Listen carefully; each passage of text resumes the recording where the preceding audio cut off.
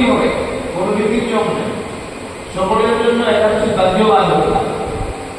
একাদশী আমি বুঝানো হচ্ছে গোমাংস মেমরি। একাদশ দিন যে খাবে সে গোমাংস ভক্ষণে যে পাপ, ওই পাপে থাকিব।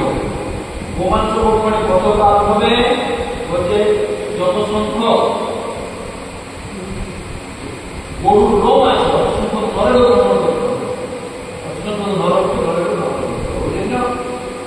ওই যারা মৃচ্ছ জবর গোমাংস খাচ্ছে ওদের কত সংখ্যক নরক গ্রহণ করতে হবে। কৃমি, চিন্তা করবে যে কৃমি একটা নরক যন্ত্র, একটা কৃমি বারবার তার মধ্যে 100 বার